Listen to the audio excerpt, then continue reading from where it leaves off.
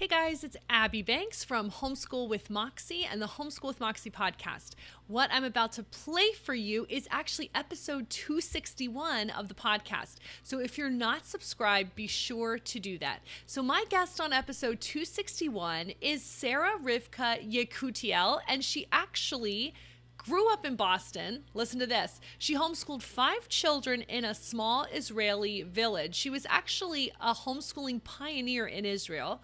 She is a 6th degree karate black belt, former 5-time USAAU champion, and is also the highest ranking woman martial artist in Israel. Well, now she's a grandmother. She has lots to share about being a homeschooling pioneer in Israel, using the unschooling approach, and she has a lot of advice and perspective to give to young homeschooling families. She's also written a book, Raizi and the Passover Plans, and will tell us about that too. So enjoy this conversation I had with Sara-Rivka Yekutiel.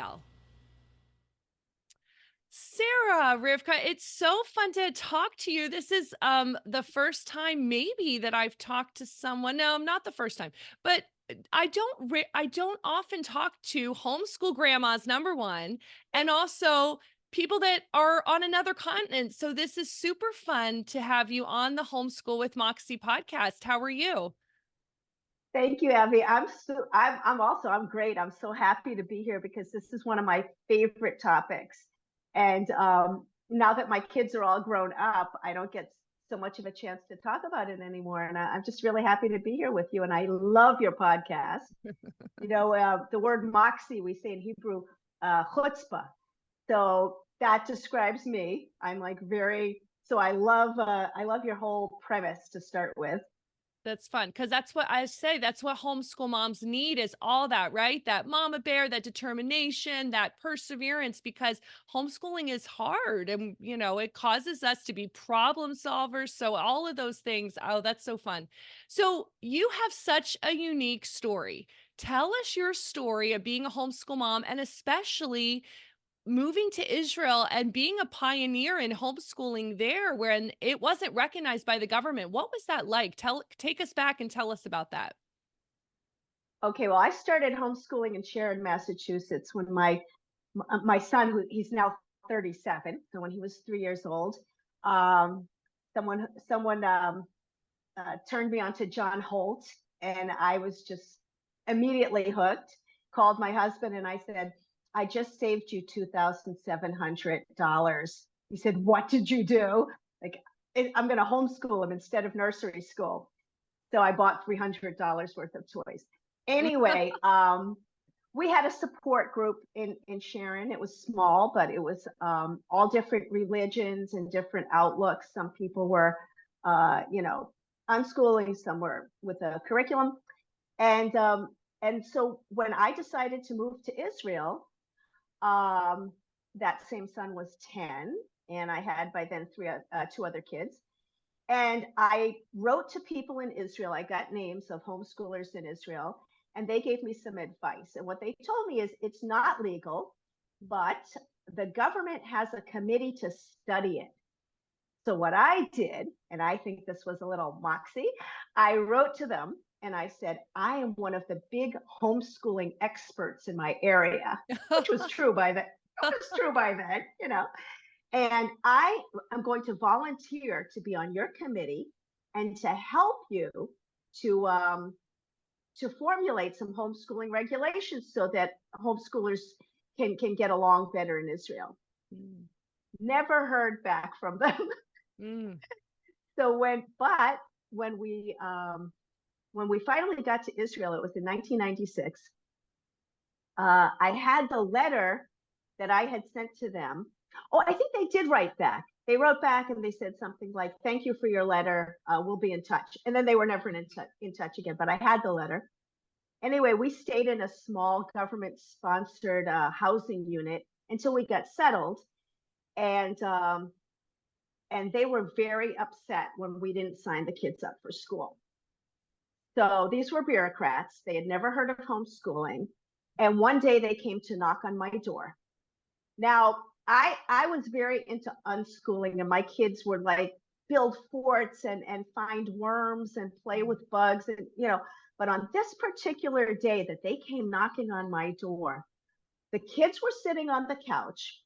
One of them was reading an encyclopedia, another was doing Bible study, and the third I was attempting to teach her how to read.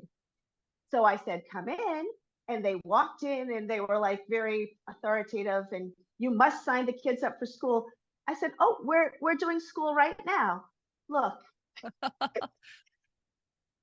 So it was a good moment. But they threatened to deport me. They said, if you do not sign your children up for school, we are going to deport you. So I looked at them and I said, well, I've already done some sightseeing, and we went to the important holy places. And so if you really want to support me, go ahead. I've seen most of what I came here to see. Oh. Anyway, they did. Of course, they didn't support me. And so after we lived there, we moved to a small village where I still live today. And it's a remote village. Okay, it's on the border of the Judean desert. And there was no the person who was in charge of making sure that you go to school, a truant officer. We didn't have one. The nearest one was about a half an hour drive away. And they weren't willing to come to me. So they would call me once in a while and ask me if I had put the kids in school yet. And I was just really nice. I was just informative. Let me tell you about homeschooling. Let me explain to you how it works. And they would say, well, your kids aren't learning. Oh, they are learning. And I would explain everything that they're doing. And when we were in Sharon, Massachusetts, we kept records for the local authorities. And so I was used to keeping a journal. And I said, wow, let me tell you what we've been doing. We went to our homeschooling support group at the zoo. So one of the first things I did was I started a support group. Cool. And at first there was only one other family. And then people started to hear about it. And there was a magazine in Israel called the Ofen TV, which means the natural way. And they talked about cloth diapers and breastfeeding and things that were like, as they were in the States, but like, yes, we were even further behind the times here. Yeah. Anyway, so and now they do have a homeschooling regulation here in Israel. It happened, but by the time it happened, my kids were old enough so that it didn't really affect me. So they really just kind of kept checking up on you, but they never really did anything about it. Yeah, and in fact, I have a funny story because what happened was I became a sort of a support service for other families who wanted to homeschool. And there was a family in a different area. They were being harassed by the authorities. So I spoke with him and I said, give me the phone number of the truant officer who's giving you a hard time. Let me speak to him. So I called up and I said, hello, this is Sara-Rivka Yekutiel of the Israeli Homeschooling Association. I understand that now I just made up this organization. I said, I'm the only member. I'm also the president of it, but I didn't tell him that. And I said, I understand you're having a problem with one of our members and I would like to help. So he said, yes, they have 6 kids and they're not sending them to school. And I said, well, this family is in touch with the organization. We've approved their curriculum. They're very serious about education. The children are well cared for, and we feel that they're doing a good job. And he just backed off and they never bothered them again. Oh my goodness. So how popular is homeschooling now in Israel, would you say? Has it grown in popularity or is it still kind of on the fringes? People are still kind of not sure what they think about it. Well, first of all, my son is homeschooling his 6 children. So that's very fun for me. Cool. They don't live, they live about an hour away. So I don't see them as much as I'd like, but that's really fun. and they belong to a homeschooling support group with a few families in their area. Hmm. During COVID, we had some strict government lockdowns here. And that is when a lot of people said, you know what?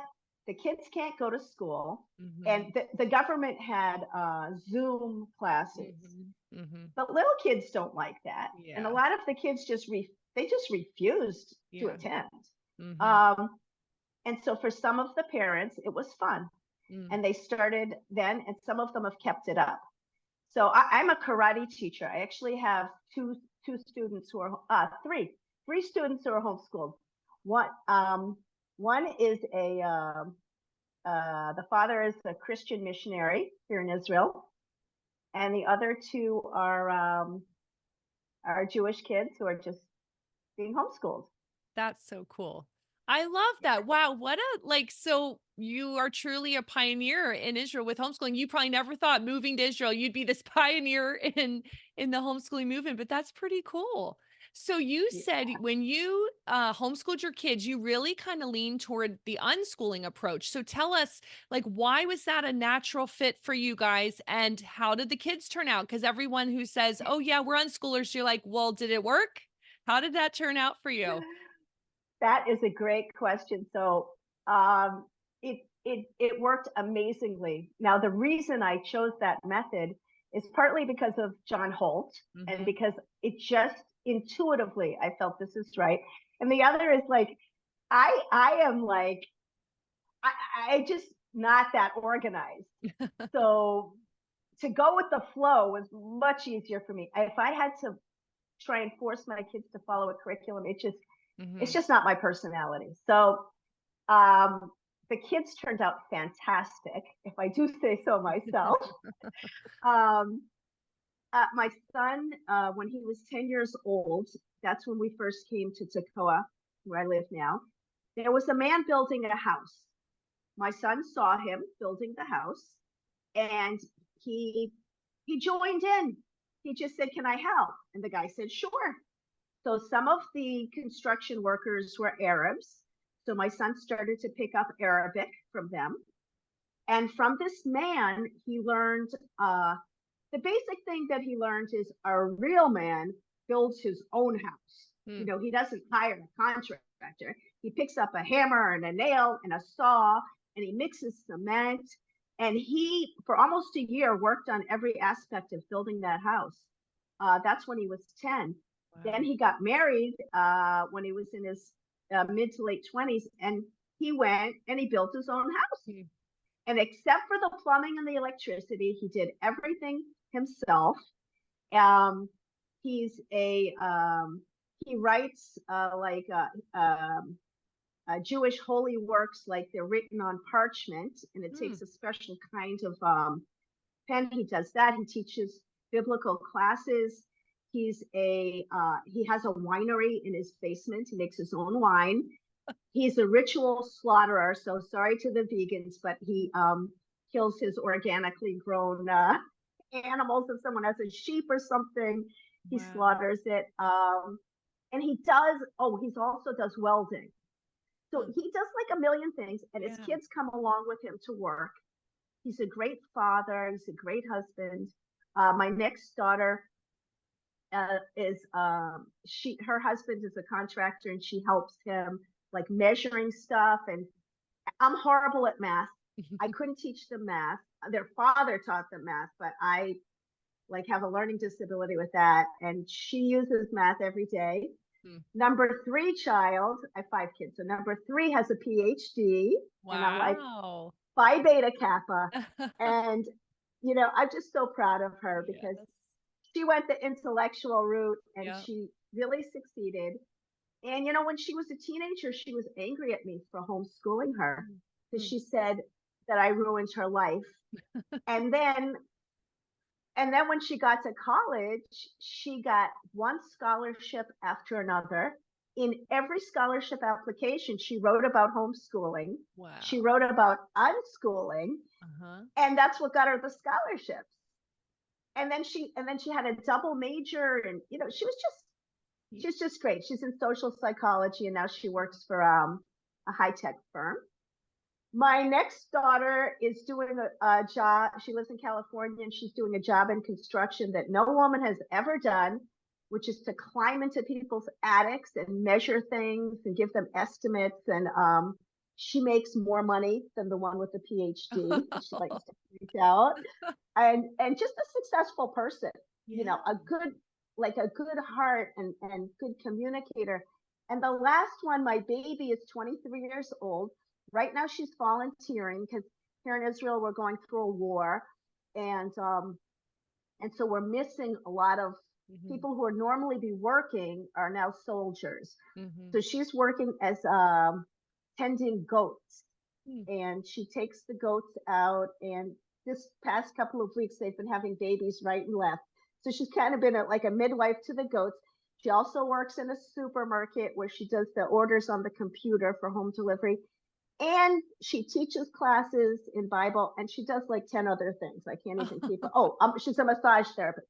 So they all, like, I think they all have the feeling like they thanked me for giving them the feeling like that whatever they do, it's fine. And if they don't like it, they can change and do something else. And,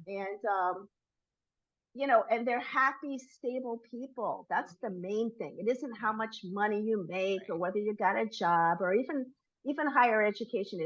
It's like, can you respect other people? Can you talk to them? And do you believe in yourself? And they believe in themselves.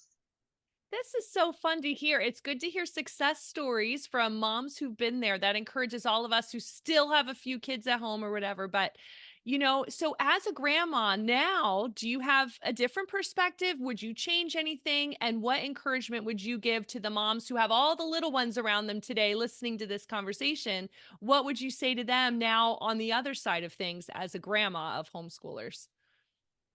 Well, I think the important thing is love. I think that love is all that really matters. And I know that there were times when I felt so frustrated because I wanted to be able to do more with them in terms of, you know, some science project or educational something educational in quotes, and I couldn't because I was breastfeeding the baby, and then I had to make lunch. We've got to eat, and but I look back on it now and I see that the important. I was there. I was home. I did work 9 hours a week as a karate teacher, and so they came with me at different times. Different ones got different belts. Um, but it's well, I'd be nursing a baby and reading a book, and I love to read out loud to them, and it's just love. And you would, So even the hard times, right? You'd say like, but the most important thing was you were together as a family. And I feel that way too. You wouldn't change yeah, those years for anything. no, in fact, I'm one of the few people that I've ever met Mhm. that I can say I look back over my life. I did exactly what I wanted to do with my life. Hmm. Before I got married and had kids, I traveled and I competed and I had all sorts of different jobs. And then I got married and it was like, I just told someone this yesterday, the book that you can have it all, but not all at the same time. So I've had it all. Mhm. I loved being home with my kids. Mhm. I loved waking up in the morning and having them, either they were already in the bed or they got Mhm. into the bed, Mhm. and we snuggled and Mhm. we read books, and you know, I didn't have to put them on a school bus and say Right. goodbye to them. I was Right. with them, and Yeah. it was a wonderful time. It I really think it's was. cool how you also said, though, you worked a little bit because you were doing something that you love doing, the karate, which you still are doing today, right? And sometimes I feel like homeschool moms need to hear that too. Like it's okay. And it's actually good for you to have like a hobby or this other thing that fills you up, but you included the kids too. And I think that's amazing. Yeah. And it just so happens that my hobby, my work and my hobby were the same thing. Yes. So luckily I got paid for doing my Yes. hobby. Hmm. But and I was always like right around the corner and Hmm. not far away from them. And their father was home for them with them. when I was at work. And I think that that's excellent because I'm bossy. I'm just a very bossy person. And if I saw my husband doing something with the kids, and I would have a tendency to correct him, which is terrible. Don't ever do that. But I would say, don't feed him this Yeah. and don't give Yeah. him that. And Mhm. she should be. So when I went to work, I Mhm. couldn't do that. Yeah. And he really had that special time with them Mhm. when I wasn't there. Mhm. I love that. Well, tell us about your newest book, which we'll link to in the show notes, but tell us, like, why did you write it? Who would enjoy it? What's it about? First of all, everyone loves it. Adults love it. It's very funny. It's about a homeschooling family with 5 kids in Toccoa. Now, it just so happens we were a homeschooling family with 5 kids in Toccoa, but it's not about my kids specifically. Mhm. I based it on them, and the reason I did that was because it's fiction. It's entirely fiction. A few things in it were true.